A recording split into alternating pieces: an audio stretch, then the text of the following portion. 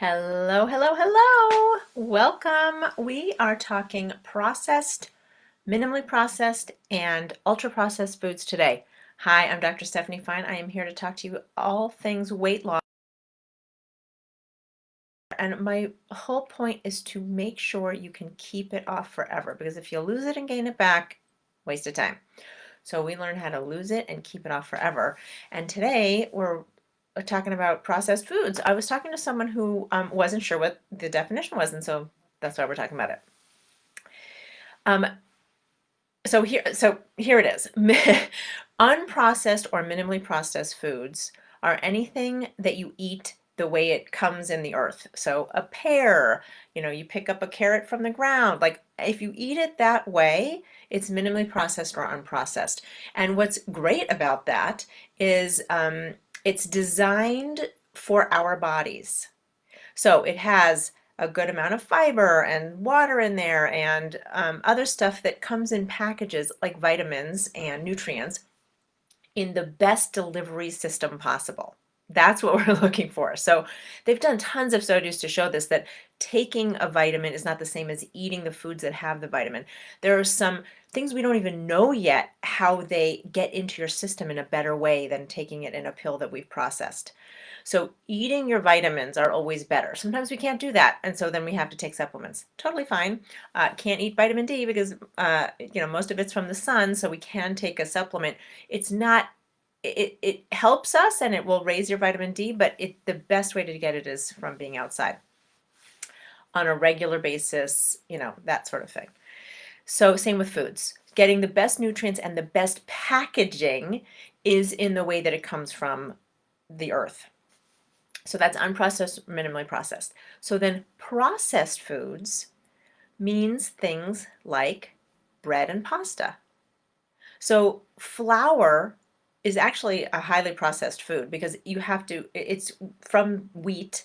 If you ate a wheat stock, it's completely different than if you have that flour, that very, very processed flour. So the fact that it's processed doesn't mean it's terrible for you. It means it's different than the earth gave us, and it will affect your body in a much different way. And when I talk about flour is a good example, and same with sugar. So a sugar cane, if you're like chomping on a sugar cane, it's totally different than if you have a teaspoon of sugar, that's that refined process that made the refined sugar. Um, and the reason it's different is because it's concentrated. That's not the way you were supposed to get it. So now that it's concentrated, it affects your brain in a much different way.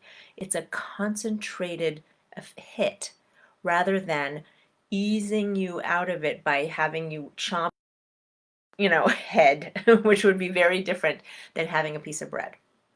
So processed food is anything with flour, in my opinion, anything with sugar. Ultra processed. And ultra processed means things are added like fat and sugar and salt and all the rest of that stuff. So like an almond that you might, like a dry roasted almond with a hickory smoke on it, that's a processed food. Juice is a processed food because juice doesn't come that way. You have an apple and you squish it up and then you have juice. So that's processed food. Ultra processed are things like Doritos, like that processed cheese stuff that's orange, cookies, anything. Most fast food is, it's stuff that's really processed and put together in a different way. They've done studies to show that, and this is in little amounts, but it's sort of intuitive, and I love it when intuitive things are shown with science. So they had people staying at a medical facility to feed them, and they fed them 2 weeks of processed foods every meal. 83% was processed foods. And then for 2 weeks. And then they gave them 83% unprocessed foods. And what was fantastic about it is it was the same amount of fat and the same amount of sugar in both the processed and the unprocessed ones. Okay, so it's not that there were fewer, that they just were presented with fewer calories. It was the fact that the food was processed that was the issue. They did have unlimited amounts, or a very large amount, so people could eat what they wanted. They were given an hour to eat each meal. And what happened is that on average, the people ate 500 more calories a day with the processed food. And they gained 2 pounds a week, which is 2 pounds in the time, which was uh, 2 weeks. So they gained 2 pounds. And then when they had the unprocessed one, they lost those 2 pounds. And that's because of the 500 calories. And that makes total sense to me because of how you're eating it, right?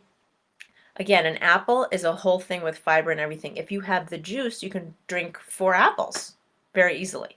And then you're getting the calories that way. So it's just another way. So in terms of weight loss, eating the unprocessed or minimally processed foods as much as possible, and then if you're dipping into the processed foods, avoiding ultra processed foods will help you lose weight. It's just another tip, another way of looking at it in when you're making decisions. Should I pick the processed or the unprocessed? Unprocessed will be better for your body.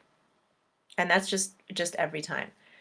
So another way to look at it, try for the unprocessed or minimally processed. Keep low on the processed, like because even freshly made pasta is water and flour, mixed together. So again, that it's processed. You could even say that cooking is processing, which it is, depending on what you're cooking.